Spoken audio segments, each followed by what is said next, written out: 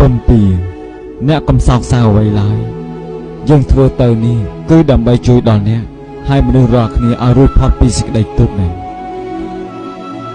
ពំពីអ្នកកើតមកជាគូបារមីជាមួយនឹងយើង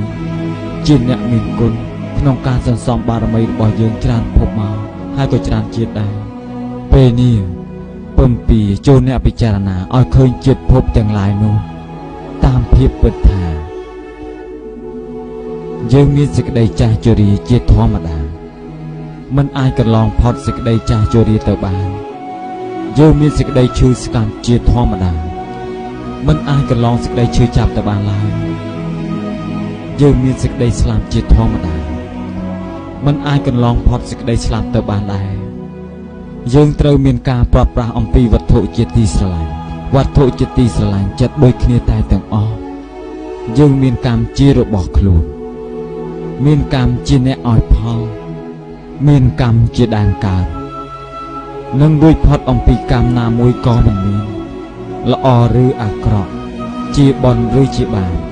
យើងត្រូវទទួលយកផលកម្មនោះ